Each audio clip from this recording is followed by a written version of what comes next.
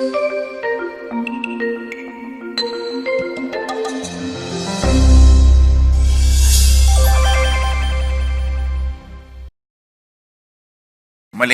Pasko ng pagkabuhay, palakpakan natin ang ating risen Lord and Savior. The most important teaching of Christianity, that Jesus was raised by God from the dead. Maraming mga pagkakaiba-iba kumisan ng mga turo ng iba't ibang mga sekta ng mga Kristiyano, pero isa ang talagang tunay na nag-iisa at nagbibigkis. Ito ang pagkabuhay na muli. John 2:18, the Jews then responded to him, "What sign can you show us to prove your authority to do all this?" Mahalaga na patunayan ni Jesus kung siya nga ba ay anak ng Diyos, siya nga ba ay talagang sugo ng Diyos, at meron ba siyang karapatang gawin ang mga pinaggagawa niya? Resurrection, the ultimate sign. Ang sukdulang patunay, ang pagkabuhay na muli. Salamat, Amang Diyos, sapagkat kayo ang bumuhay kay Jesus na aming tagapagligtas. Kayo ang bumuhay sa lahat ng mga kahulugan ng kanyang misyon para sa amin. Turuan niyo kami na lalo pa naming maunawa ang lalim, lawak at taas ng kahulugan ng pagkabuhay na muli ni Jesus. Kayo mangaral, pagpalain niyo po ang iyong mga anak, at lalo niyo pong bigyan ng mga luwalhati ang inyong sarili, O Diyos, sapagkat kayo ang karapat dapat tumanggap ng lahat ng ito. Pinupuri namin kayo sa ngalan ng buhay naming tagapagligtas na si Jesus. Ano ang mga nangyari sa kasaysayan? Taon-taon, di ginugunita, alam natin na sa araw na ito na atin ngayon pinagdiriwang, ang Panginoong Jesus ay nabuhay na muli mula sa kamatayan. At ito ay sa pinakamalaking patunay na siya ay kinalulugdan ng Ama sa langit. What are God's affirmations of Jesus? Ang tanong, anong patunay mo na may karapatan ka? Anong patunay mo na ikaw nga ay may hawak na katotohanan? After baptism, God in heaven affirmed Jesus. Matthew 3:16-17, nang mga bautismuhan si Jesus, kaagad siyang umahon sa tubig. Nabuksan ang langit at nakita ni Jesus ang Espiritu ng Diyos na bumababang parang isang kalapati at dumapo sa kanya. At isang tinig mula sa langit ang nagsabi, "Ito ang minamahal kong anak na lubos kong kinalulugdan." Kay Jesus ipinakita ang bumabang Espiritu sa anyo ng kalapati. Hindi totoong kalapati, sa anyo ng kalapati. It's an affirmation by the Father to Jesus that God is delighted with him and what he has been doing so far.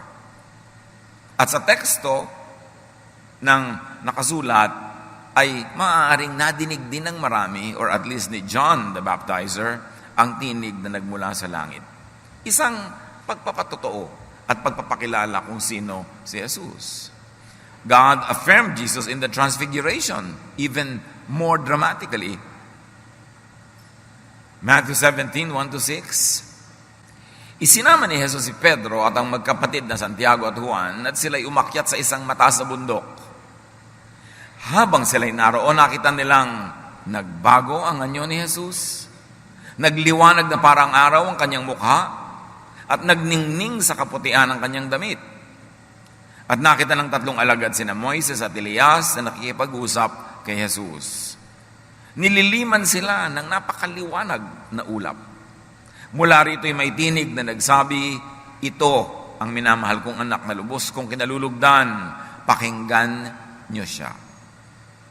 Ang itinuro si Jesus, hindi si Moses, hindi si Elijah, si Jesus. Sabi ng tinig, "Ito ang anak ko, kinalulugdan ko, sa kanya kayo makinig." And of course, as we celebrate today, God affirmed Jesus by the resurrection. Acts 4:10, si Jesucristo na inyong ipinako sa krus ay muling binuhay ng Diyos. Nabigo ang tangka ng mga religious leaders ng Israel, napatayin si Jesus at ilibing kasama niya ang kanyang mensahe. Sa pagbangon ni Jesus mula sa kamatayan, ay bumangon din kasama niya ang kanyang mensahe ng kaligtasan, kaligtasan mula sa mga pahirap ng relihiyon, kaligtasan mula sa kaparusahan ng kasalanan, kaligtasan mula sa mga pagdurusang gawa-gawa rin ng tao. And of course, God affirmed Jesus in the ascension. Na matapos ang ilang araw, si Jesus ay umakyat sa langit, kitang-kita ng mga maraming saksi. Acts 1:9, si Jesus ay iniakyat sa langit habang ang mga alagad ay nakatingin sa kanya at natakpan siya ng ulap. And God affirmed Jesus with the return in the Holy Spirit and as the Holy Spirit. So, yun ang nangyari kay Jesus na siya'y binuhay. Ano ngayon ang nangyari sa believers? John 14:16-19, sabi ni Jesus, bago pa mangyari itong pagdating ng Espiritong Banal, dadalangin ako sa Ama upang kayo ibigyan niya ng isang patnubay na magiging kasama ninyo magpakailanman. Siya ang Espiritu ng katotohanan. Hindi ko kayo iiwanang mga ulila. Babalik ako sa inyo, kaunting panahon lamang, at hindi na ako makikita sa sanlibutan ito. Ngunit ako yung makikita ninyo, sapagkat buhay ako, mabubuhay din kayo. So ipinangako ni Jesus, pag-alis ko, hindi kayo mauulila. Saglit lamang, hihilingin ko sa Ama na ipadala ang Espiritu. Na yun ay parang ako na rin. Aalagaan ko kayo sa pag-aalaga sa inyo ng Espiritong Banal. At yun nga ay naganap. Acts 2:1-3. Nagkatipon silang lahat sa isang lugar nang sumapit ang araw ng Pentecost. Walang ano-ano'y may ingay na nagmula sa langit, na tulad ng ugong ng malakas na hangin, at napuno nito ang bahay na kinaroroonan nila. Wala na si Kristo sa lupa, nangungulila ang mga tagasunod ni Jesus. Ang ginagawa nila ay nagtitipon-tipon sila, nananalangin, humuhugot sila ng lakas mula sa isa't isa, at biglang nangyari ang naganap. Kapistahan noon ang Pentecost. May nakita silang para mga dilang apoy na dumapo sa bawat isa sa kanila. At naganap na, dumating ang Espiritu. The resurrection is the supreme stamp of approval and honor bestowed by God on Jesus. This is the singular moment in history that changed everything. And it gave birth to the Jesus Church. When Jesus was affirmed by heaven to be the Son of God, the Savior of the world. At dahil dumating ang Espiritu na ipinangako, at dahil si Jesus ay nabuhay na muli, at ngayon ay nakaupo, nakaluklok sa kanan ng Ama, ano ang mangyayari sa atin ng mga naniniwala? 1 Corinthians 15, mahalagang suriin natin kung anong epekto sa atin ang pagkabuhay na muli ni Jesus. Malinaw na ang kwentong siya'y nabuhay, anong kahulugan nun sa atin? Si Kristo'y namatay dahil sa ating mga kasalanan. Inilibing siya at muling nabuhay sa ikatlong araw. So the church, right after the Lord went back to heaven, theologized and crystallized the meaning of the death and the resurrection of Jesus. Na ito ay kasama sa redemptive work of God, that Jesus would die in our place, that Jesus would live again in our place and in our behalf. So parang si Kristo yung champion natin. Di ba may mga champions? O maglalabanan si David and Goliath. Pag natalo si David, talo ang buong Israel. Pag nanalo si Goliath, panalo ang buong Philistine. So may champion. Sa paglalabanan ng champion, ang panalo ng champion mo o pagkatalo niya, yun din ang pagkatalo o pagkapanalo mo. Our champion won and lived again. Kaya sabi, dahil dyan, may buhay tayong walang hanggan. So inilibing siya at muling nabuhay sa ikatlong araw. At siya'y nagpakita kay Pedro at saka sa 12. Pagkatapos nagpakita siya sa mahigit 500 kapatid na nagkakatipon Sinasabi kasi ng iba, ilusyon lang nila yung pagbangon ni Jesus mula sa kamatayan, guni-guni. Kaya pinapaliwanag, ditong mabuti, nagpakita siya kay Pedro, nagpakita siya sa 12, pagkatapos sa higit 500 kapatid na nagkakatipon. Kung bakit hindi inireport nito, nagsusulat na ito, na unang nagpakita sa mga babae at kay Maria Magdalena, ewan ko sa kanila. Pero talagang sa babae unang nagpakita ang Panginoon, alam natin yon. Pero ngayon, wala dito sa report. Kaya dapat binabasa mo yung buong report sa iba't ibang libro, sa iba't ibang chapter. Sa katunayan, kung merong dapat mag-preach ng resurrection ni Jesus on Resurrection Sundays, dapat puro babae. Kasi sa babae siya unang nagpakita at babae ang unang nag-preach ng resurrection. Pero alam niyo naman, the last 2,000 years, masyadong male-dominated ang religion. Pati tuloy yung mga tunay na role ng mga babae na ilalagay sa isang tabi. Dahil yung mga lalaking nangunguna, laging ginigilid-gilid, nilalagay sa mga sulok-sulok ang mga kababaihan. Sa pagpapatuloy nitong binabasa, marami sa kanila ay buhay pa hanggang ngayon. Subalit patay na rin ang ilan. Bakit sinasabi ni Paul ito? So niya, alam nyo hanggang ngayon, while I'm writing this, marami pang living witnesses. Nakita nila ang risen Jesus. Kung meron kayong pag-aalinlangan, meron kayong tanong, puntahan nyo, buhay pa ang iba. Although, sa katandaan ng iba, ay umuna na sa atin. At nagpakita rin siya kay Santiago, meaning James, at pagkatapos ay sa lahat ng mga apostol. Sa kahuli-huli ay nagpakita rin siya sa akin. Bakit nagpakita si Jesus kay Pablo? Hindi naman siya kasama sa original 12. Tapos na ang lahat ng pagtuturo sa mga 12. Bakit nagpakita pang muli kay Pablo? When Jesus was already ascended to heaven. Kaya hindi na physical ang pagpapakita niya kay Pablo. Maaaring dahil sa period na yon in the church history, inaagaw na ng mga Judaizers ang Christianity. Pinipilit na ng mga conservative Jews who had become Christians na gawing Jew uli ang bagong-bagong silang na pagkakaunawa sa Diyos, yung Kristyanidad. Pinipilit na lang gawing Hudyo ang mga Kristiyano. Kaya si Paul ang pinakamatapang at pinakamalinaw magturo against the rejudaizing of Christianity. Maaring kaya nagpakita sa kanya, may nagaganap na sa church, ang aga-aga pa lang, nagbabackslide na sila into Judaism. Nagwawagi yung mga Judaizers sa Jerusalem at gusto nilang gapiin ang mga Gentile believers and turn them into Jews. Kaya si Pablo ang pinakamalinaw ang pagtuturo laban sa movement na ito to Judaize the Christians.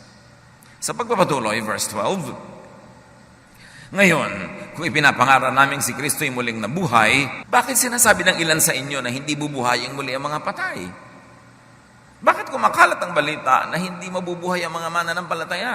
Kasi alam niyo yung mga Sadducees, isang sekta ng Judaism, hindi sila naniniwala sa life after death. Hindi sila naniniwala sa eternal life. At eto, pumapasok na sa mga Kristiyano mismo ang mga huwad na katuruan na ito, mga fake news. Kaya agad-agad sumulat itong concerned na si Paul. Kung totoo yan, lilitaw na hindi muling binuhay si Kristo. Kung totoong hindi mabubuhay ang mga mananampalataya, edi hindi rin nabuhay si Kristo. And the obvious argument is, nabuhay si Kristo, therefore mabubuhay ang mga mananampalataya. At kung si Kristo ay hindi muling binuhay, walang kabuluhan ng ating pangangaral at walang katuturan ng inyong pananampalataya. Sayang ang pag-aayos natin, sayang ang pagpunta sa church kung hindi binuhay si Jesus dahil mamamatay ka rin lang pala, so wag na lang. Pero dahil binuhay si Jesus, hindi sayang.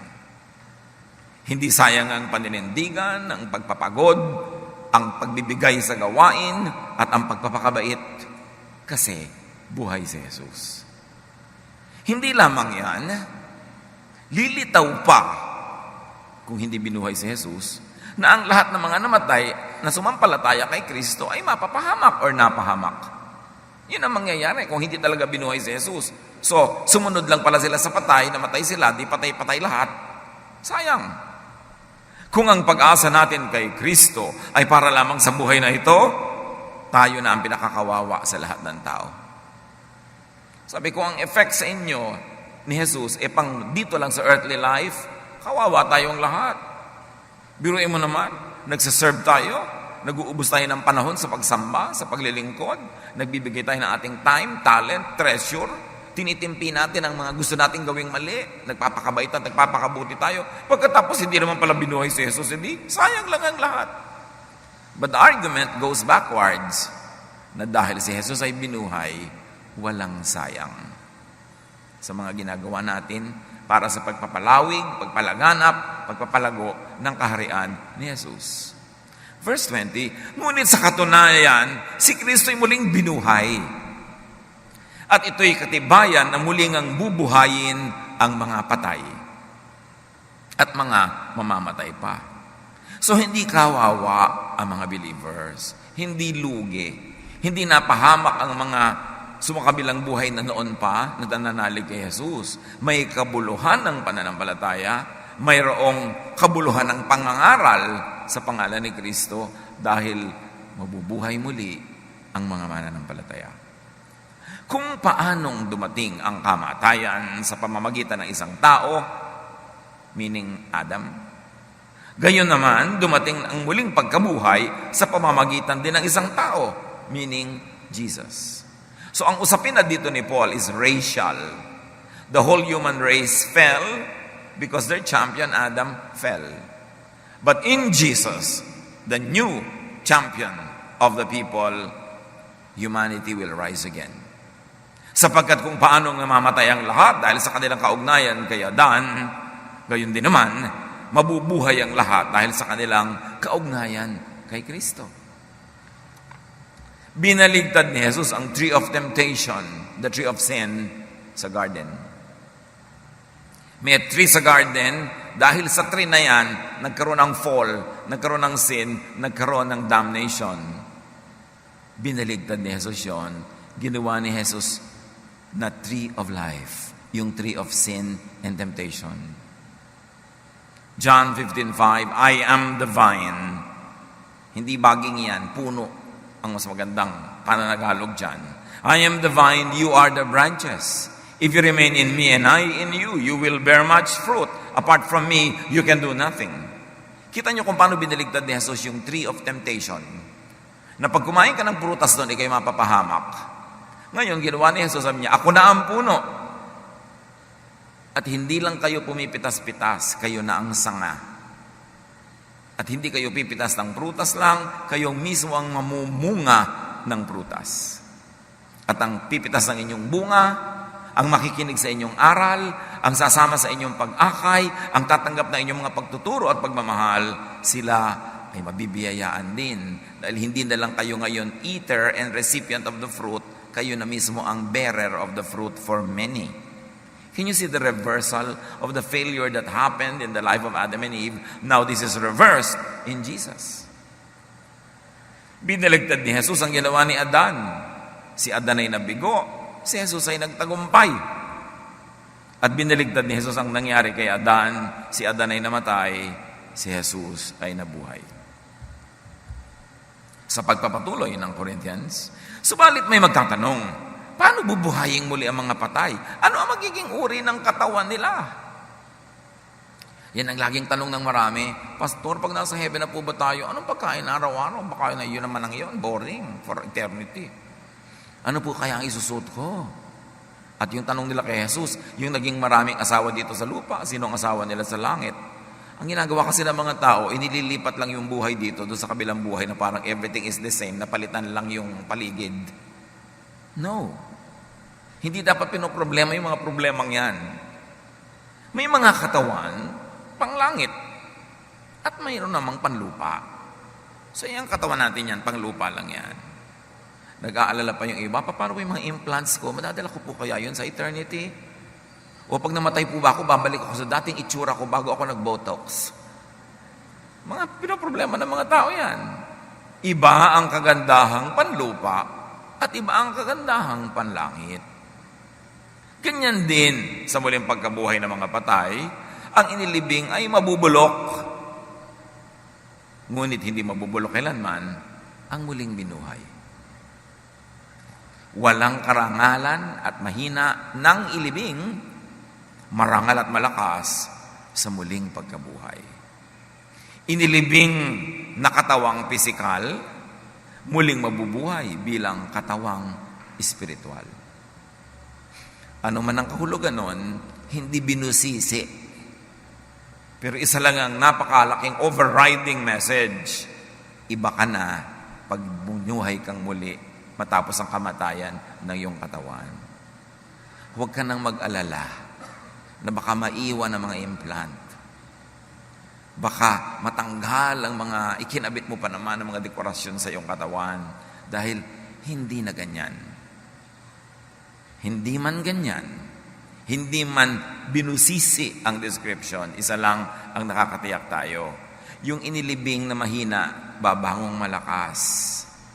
Yung walang dangal ng inilibing, pilipilipit ang katawan, nangayayat, nagkasakit, nahirapan, mutilated, sometimes murdered by other people, marangal ang pagbangon. Yun ang magiging pagkakaiba. Kung may katawang physical, mayroon ding katawang espiritual. So hindi yung katawan mo na yan na physical ang dadalhin mo sa kabilang buhay. Yung iyong spiritual body, which right now, nobody has any idea of kung ano yon. Ganito ang sinasabi sa kasulatan. Ang unang tao, si Adan, ay nilikhang binigyan ng buhay. Ang huling Adan, si Jesus, ay espiritong nagbibigay buhay. So kung ang unang Adan ay binigyan ng buhay, itong huling Adan ay siya ang nagbibigay ng buhay. Ngunit, hindi nauna ang espiritual. Ang physical muna, bago ang espiritual. Ang unang Adan ay mula sa lupa, sapagkat nilikha siya mula sa alabok.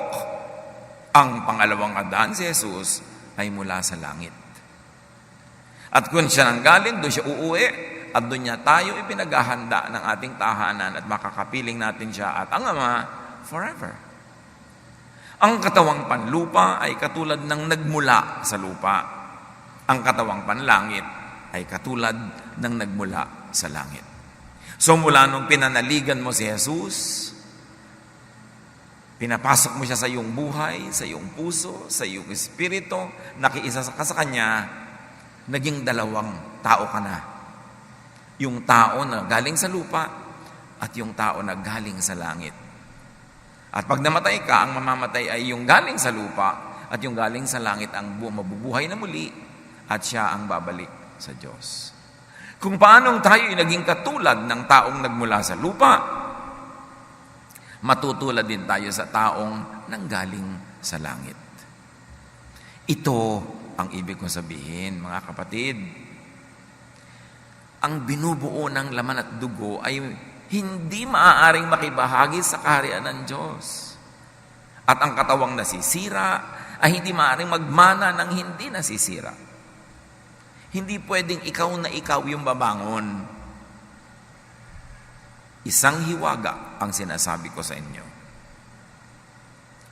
Hindi lahat tayo ay mamamatay. Ngunit lahat tayo ay babaguhin. Sa isang sandali, sa isang kisap mata, ang mga patay ay muling bubuhayin at di na muling mamamatay. May dalawang pagtingin sa application ng katuruan na ito. Yung one corporate, one time, big time raising of all the dead at meron din namang individual. Kailan ka binubuhay na muli? Pag ba namatay ka, maghihintay ka pa na ang lahat ay mamatay at sabay-sabay buhayin? O pagkamatay mo, individually ay binubuhay ka ng muli? Parehong tantalizing and promising ang alinman sa readings na yon. But there is only one thing clear. Basta't namatay ka at na kay Jesus ka, bubuhayin kang muli. Sabi ng iba, paano naman po kung pagkamatay ay yung pala, hihintayin ko pa yung pagbangon ng lahat ng sabay-sabay na namatay? Di, ang tagal-tagal naman po noon. Patay ka na nga, ba't ka matatagalan? Ikaw ba pag natulog, tapos 8 hours kang natulog, habang natutulog ka ba, sabi mo, ang tagal naman, tulog pa ako, tulog pa ako, kailan kaya ako gigising? Di ba pag gising mo sa umaga, ay, akala ko kapipikit ko pa lang, umaga na pala, sarap ng tulog ko. Di ganun din yun, kung sakaling sabay-sabay pala ang pagbangon, at natulog ka dyan ng 1,000 taon, hindi mo naman alam dahil tulog ka. Isang reading yun, kasi hindi talaga kinlarify. But I really love the second reading. Na individually, when you die, you are raised from your death by God. Kaya si Stephen, nung siya'y binabato, hindi pa nga siya namamatay, nakita na niya si Jesus, sabi niya, Jesus, receive my spirit. So pagkalagot ng kanyang hininga, nandun na siya kay Jesus. Napakasarap isipin. At napakaraming verses na nagpapatunay na yun ang mas tumpak at mas magandang kahulugan. Kasi sabi sa John 5:24, when you believe in Christ, you are moved from death to life. You will no longer die. At ang kausap siyempre, yung espiritu mo, hindi yung katawan mo. Because that body will die. Pero sabi sa spirit mo, you will not die. In fact, kung mahirap ang buhay, mabuti pa nga ay mamatay na yung katawan para yung espiritu mo makalaya na at mapunta ka na kay Jesus. Ay, naku, kahit po mahirap dito, saka na lang. Mas gusto ko pa rin dito. Which is natural because this is the only life we know. Kaya kahit na pupunta ka na sa Diyos pagkamatay, to die is gain, pero gusto mo pang mag-to live is Christ. Because you don't know any other life at this moment, so you will cling to this kind of life as long as you can. And I think that is a God-given desire to live, because to live is to enjoy God's blessings. At sabi pa, pagpapatuloy, babaguhin tayong lahat. Ang ating katawang nabubulok ay mapapalitan ng hindi nabubulok. At ang katawang namamatay ay mapapalitan ng katawang hindi mamamatay. Kapag ang nabubulok ay napalitan ng di nabubulok, at ang may kamatayan ay napalitan ng walang kamatayan, matutupad na ang sinabi sa kasulatan, nalupig na ang kamatayan, lubos na ang tagumpay. Nasaan o kamatayan ang iyong tagumpay? Nasaan o kamatayan ang iyong kamandag? At ang sagot, wala. Inalis ni Jesus ang kamandag. Kung merong ahas na tumutok-sok kila Adan at Eva at may kamandag siya, pinalitan na ni Jesus ang puno at siya na yung nandun. Kaya nga inihalin tulad siya doon sa ahas ni Moses na siya ngayon ang nandun sa tree. Nung panahon ni Moses, pag tinuklaw ka ng ahas number 1, titingin ka doon sa bronze ahas number 2 at ikaw ay gagaling at mabubuhay. At ngayon, tinutuklaw-tuklaw tayo ng ahas number 1 pero titingin ka sa ahas number 2, si Jesus, at tayo ay mabubuhay na muli. Hindi ko mo ahas bad. Remember, Diyos din ang lumikha ng ahas. At kahit si Jesus tinatawag na lion, kuminsan ginagamit yan for Satan, pero ginagamit din kay Jesus, Lion of Judah. So okay, natatakot sa mga words sa ahas, lion. Pag in-apply lalo kay Jesus, maganda ang meaning nun. Ang kamandag ng kamatayan ay ang kasalanan, at ang kapangyarihan ng kasalanan ay nagmumula sa kautusan. So sabi, alam niyo kung bakit kayo mamamatay? Dahil sa kautusan. Kasi hindi niya nasusunod. Pero dahil tinanggal ni Jesus ang kautusan, tinupad niya ang lahat ng requirement nito in our behalf, at tinanggal na niya ang talab nito sa atin, hindi ka na mamamatay kasi wala lang kautusan eh. Yun ang ginawa ni Jesus. Magpasalamat tayo sa Diyos na nagbibigay sa atin ng tagumpay sa pamamagitan ng ating Panginoong Jesucristo. Pinagtagumpayan ni Jesus ang kautusan. Akala ng iba, pag sinabing binigyan ka na ni Jesus ng tagumpay, laban sa kasalanan. Ibig sabihin ay hindi ka na magkakasala, lagi kang mananalo, lahat ng temptation, talo mo, lahat ng mabuti lang ang gagawin mo, hindi ka nagagawa ng mali. Tapos sa totoong buhay, alam nyo namang hindi yun na nangyayari. Kahit na Kristiyano ka, dasal ka ng dasal, serve ka ng serve, talagang natutokso ka pa rin pamisa-misa, nadadapa ka, nagkakamali ka. So lahat tuloy ng mga tao, sabi ko, failure ako, kawawa naman ako, baka parusahan na naman ako ng Diyos. Kasi mali ang pagkaunawa natin doon sa tayo'y nagtagumpay na laban sa kasalanan. Hindi ibig sabihin, hindi ka na magkakasala. Ibig sabihin, in the legal courtroom of God, hindi ka na magkakasala kasi tinanggal na yung law. Bakit ka magiging lawbreaker kung wala ng law? Hindi ka magiging perfect in your action. You are made perfect by your incapacity to commit sin because there is no more law that makes you sinful. At yun ang lalim ng kahulugan ng napagtagumpayan ang kasalanan. Yung iba kasi, born again ka na, Christian ka na, hindi ka na magkakasala. Mawawala na ang desire mo maglasing, magsigarilyo, mawawala na yung mga selfishness mo, mawawala na yung mga lust at kung ano-ano mo pa. Tapos alam mo naman sa totoong buhay, hindi naman, nandun pa rin. So you feel guilty for something you should not feel guilty about because you are taught wrongly and you think wrongly about what it means to be victorious over sin. Our victory over sin is not what we do or don't do. It is what Jesus had done. And when you believe in Jesus, what He has done applies to you. You become the beneficiary of His death and resurrection. That's why you are victorious over sin. Not because you are sinless, but because Jesus and His blood makes you clean. Romans 8, 1-2. Therefore, there is now no condemnation for those who are in Christ Jesus. Because through Jesus Christ, the law of the Spirit who gives life has set you free from the law of sin and death. Ito kasing si Paul, pag nagdi-discuss, mahirap sundan yung grammar niya eh. Pero isa lang ibig sabihin niya, hindi na kayo uusigin pa kasi pinalaya na kayo ni Jesus.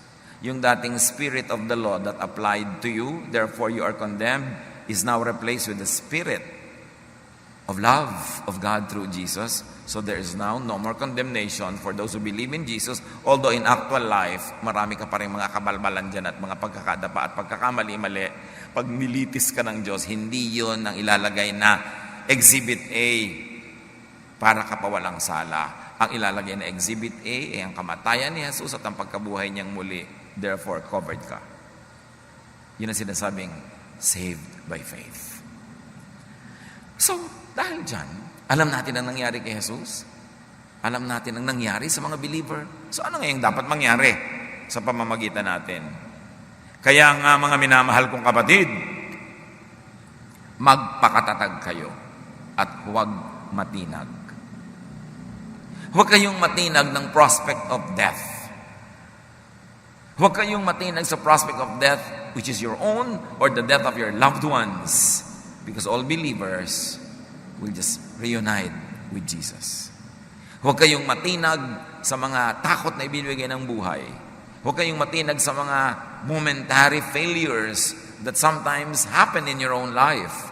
Because it is not your personal victory that will see you through the courtroom of God, but it is the victory of Jesus. Kaya pwede kang panatag, pwede kang pahinga, pwede kang relaxed. Maging masipag kayo palagi sa paglilingkod sa Panginoon. Yun ang conclusion.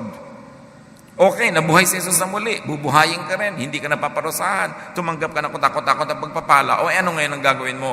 Maging masipag kayo palagi sa paglilingkod sa Panginoon dahil alam nyo, hindi masasayang ang inyong pagpapagal para sa Kanya. At ang paglilingkod na yan, bagamat maraming anyo, pinakamahalaga ito. Sabihin mo sa bawat taong kaya mong marating that the perfect work of Jesus, when applied to him or to her, will make him or her perfect in the eyes of God, not because he or she is perfect, but because Jesus can make you perfect in the eyes of God. Sabihin mo sa mga tao, Jesus is our Savior. Jesus is alive. And so you can live again. Yun ang pinakamahalagang paglilingkod. Maraming iba't ibang uri at anyo ang paglilingkod. Pero lahat, hindi lahat pwede sa choir. Hindi lahat pwede sa teaching. Hindi lahat pwede sa preaching. Pero lahat tayo pwede magkwento sa ating mga nararating. Alam mo, yung mga paghihirap mo sa buhay, pagtitiis, para ka lang pumunta sa langit. Sinagot na yan ni Jesus. Manalig ka sa Kanya, pasakop ka sa Kanya, papasukin mo siya sa iyong buhay, at wala ka nang dapat alalahanin pag namatay. Kasi yung kamatayan niya ang ibibilang na kamatayan mo.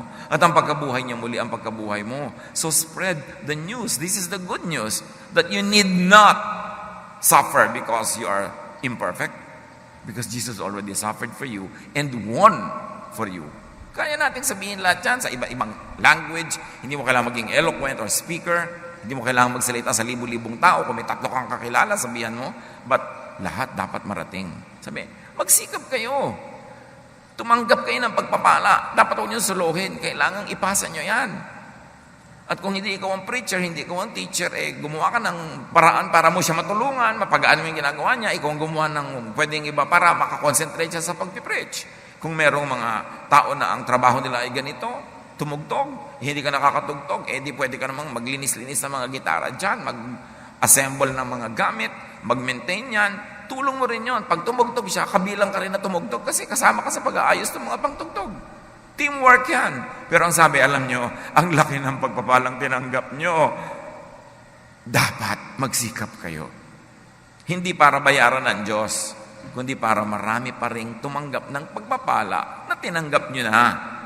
At sa inyong paglilingkod, sa inyong pagsisikap, sila man ay mararating ng balitang ito. Tulong-tulungan.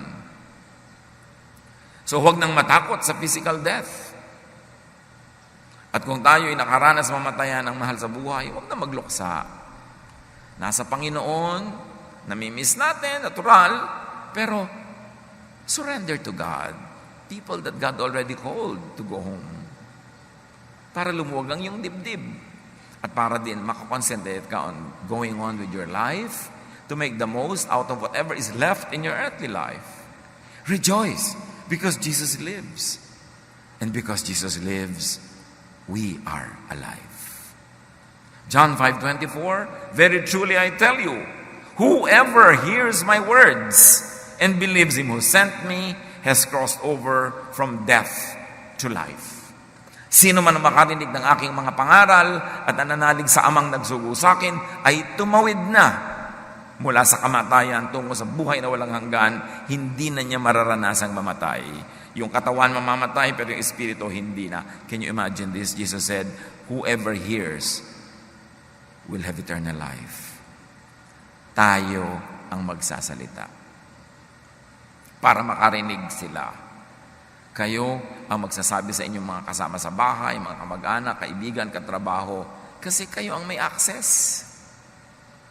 Bahay nyo ang bubuksan nyo para magkaroon ng mga Bible study, ng mga sambahay, para yung mga kapitbahay nyo at mga kamag-anak na malapit doon, na hindi nyo madala-dala sa church, doon na lang pupunta sa bahay nyo, non-threatening, non-religious yung situation, they can come. Yun ang ating pananagutan. How can they hear without a preacher? At tayo yung preacher. At kung hindi ikaw yung actual technical preacher, you open your home, call a preacher or a teacher, and they will preach to your loved ones, to your friends, and through the preaching of this specific specialist, if you like to call that, you're also part of it because you're part of the team. Gaano karami pa sa mga mahal niyo sa buhay ang hindi pa nababalitaan, pwede naman pala silang hindi na parusahan sa kanilang mga kasalanan, hindi na sila husgahan pag namatay, kasi manalig sila kay Jesus, isuko nila ang kanilang buhay kay Jesus, magkakaroon sila ng buhay na walang hanggan. Gaano kahirap sabihin yun? Para pagkaitan natin ang marami nating kilala na hindi naman natin kinikibo.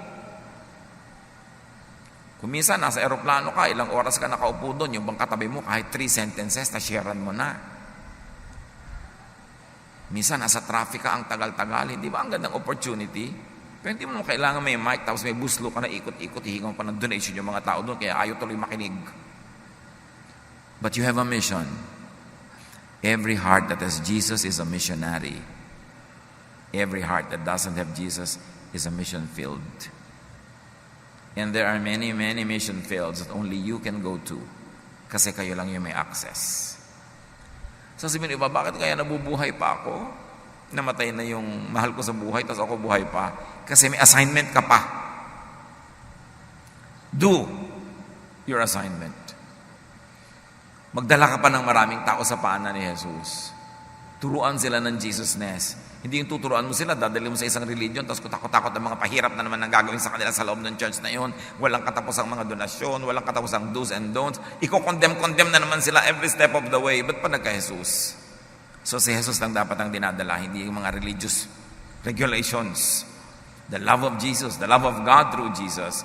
That is why we are all still alive. We are missionaries. We celebrate the rising of the Lord from the dead. How about your loved ones? Will they rise from the dead?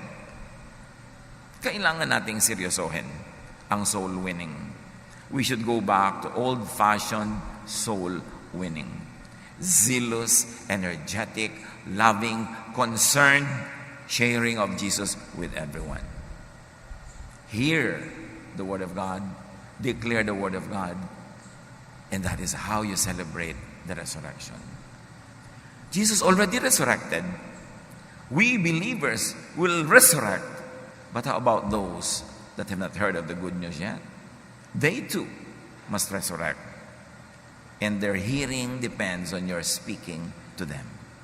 Panginoon, turuan niyo po kami na hindi lang ipagpasalamat, ipagdiwang ang pagkabuhay na muli ng iyong anak na si Jesus, kundi ito'y bigyan ng practical na misyon sa aming buhay, na ipamalita, ibahagi sa marami, at nang sa gayon, lalong lumaganap ang paghahari mo, Ama, dito sa lupa, sa pamamagitan ng mga pusong isinusuko sa iyo, sa pamamagitan ng mga buhay na iniaalay sa iyo.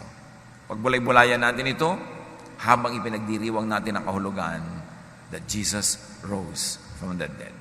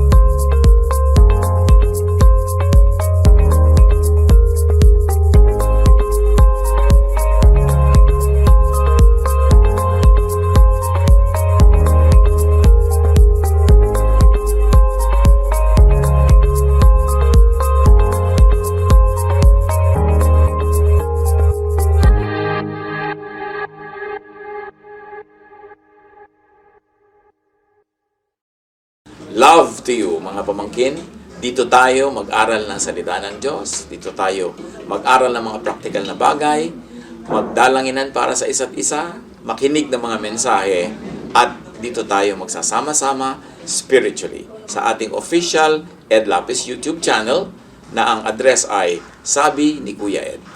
Remember, dito tayo ha, Sabi ni Kuya Ed, ang ating official YouTube channel.